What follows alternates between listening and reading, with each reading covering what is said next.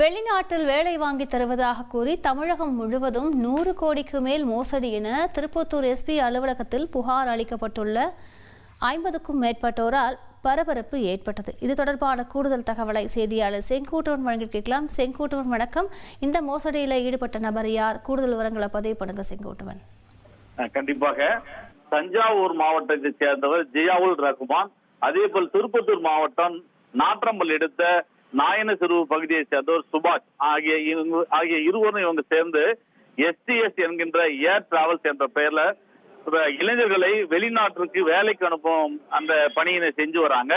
இதன் பேர்ல தமிழகத்துல பல்வேறு பகுதிகளில் ஏஜென்ட்டுகளை வச்சு இளைஞர்களிடம் பணத்தை பெற்று பல்வேறு நாடுகளுக்கு பணிக்கு அனுப்பும் வேலையை செஞ்சு வந்ததாக பல்வேறு பகுதிகளை மொத்தமாக பணத்தை பெற்றிருக்காங்க.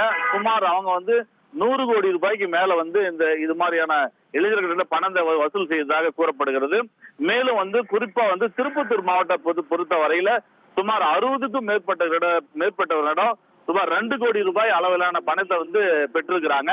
இந்த நிலையில இந்த இவர்கள் இளைஞர்களை ஒருவரை கூட வெளிநாட்டுக்கு அனுப்பாத பணத்தை மொத்தமாக பதுக்கி வைத்ததாக கூறப்படுகிறது. மேலும் இதில் ஒரு ஏஜென்டான எவராவது ஏஜென்ட்டுகள் இவர்களிடம் கேட்கும் போது ஜியாவுல் ரஹ்மான் இறந்துட்டாரு, அதனால் பணத்தை என்னால கொடுக்க முடியாது என்ற இதுல சுபாஷ் பல்வேறு நபர்கள் கிட்ட சொல்றாரு. மேலும் அவர் இறந்ததுக்கு உண்டான ஒரு இறப்பு சான்றிதழையும் அவங்க கிட்ட காட்டி இது மாதிரி அவர் பணத்தை மொத்தமா போயிட்டு இறந்துட்டாரு அப்படின்ற தகவலை சொல்றாங்க.